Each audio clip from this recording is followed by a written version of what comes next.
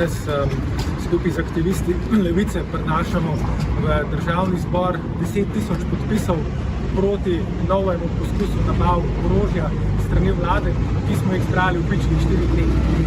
To je nadaljevanje akcije z konca novembra oziroma začetka decembra, kjer se, kot spomnite, smo zbrali v 5 dneh kar 30.000 podpisov državljank in državljanov, ki so oddali svoj glas za naknadni zakonodajni referendum za zakon o 780 milijonski nabavi orožja, ki jo je takrat poskušala izvesti vlada.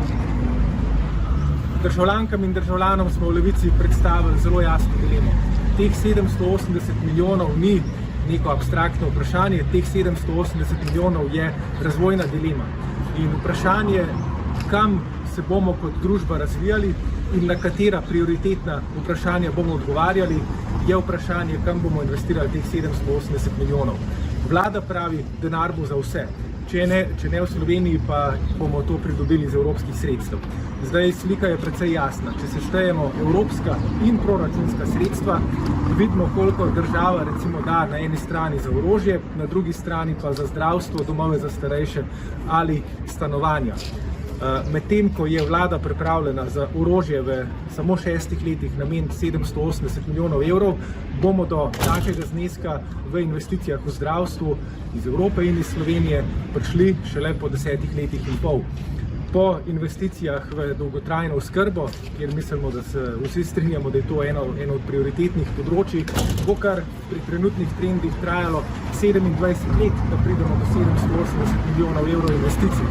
Medtem ko pri stanovanjih denarja v proračunu je letos samo 6 milijonov, bo trajalo 150 let, da pridemo do 780 milijonske investicije. Skratka, 780 milijonov je vprašanje, na katerega mora odgovoriti ljudstvo na referendumu. A se strinja, da denar gre v orožje ali ne. In zato prihajamo s ponovno pobudo, namreč potem, ko je Ustavno sodišče na pobudo 30.000 državljank in državljanov zakon o 780 milijonih zadržalo, vlada poskuša na zakonu za izvajanje proračuna ZIPRS izvesti bypass Ustavnega sodišča, bypass ljudske volje in bypass naše ustavne ureditve, da bi se ustvarila novo podlago za orožarske nakupe. Tako da, ko se pogovarjamo o obrambi domovine, ki jo ta vlada tako rada načenja, je treba povedati, da se obramba domovine začne pri obrambi njenega reda in demokracije v državi.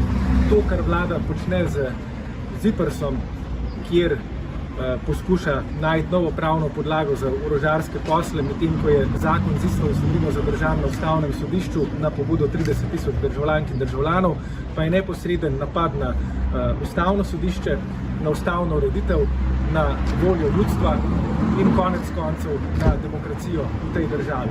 Tako da, če zaključim, 10.000 podpisov, ki smo jih zbrali v 4 dneh in jih danes prinašamo v državni zbor, so hkrati z nasprotovanjem orožarskim poslom in zahtevi po tem, da ljudstvo odloči, kam bo ta denar šel, tudi patriotsko dejanje usmerjeno v to, da pomagamo rešiti državo pred ugrabitvijo, uzurpacijo strani SDS-a in njenih satelitov, ki očitno vladanje znotraj ustavnih okvirov ni dovolj, ampak hoče absolutno oblast.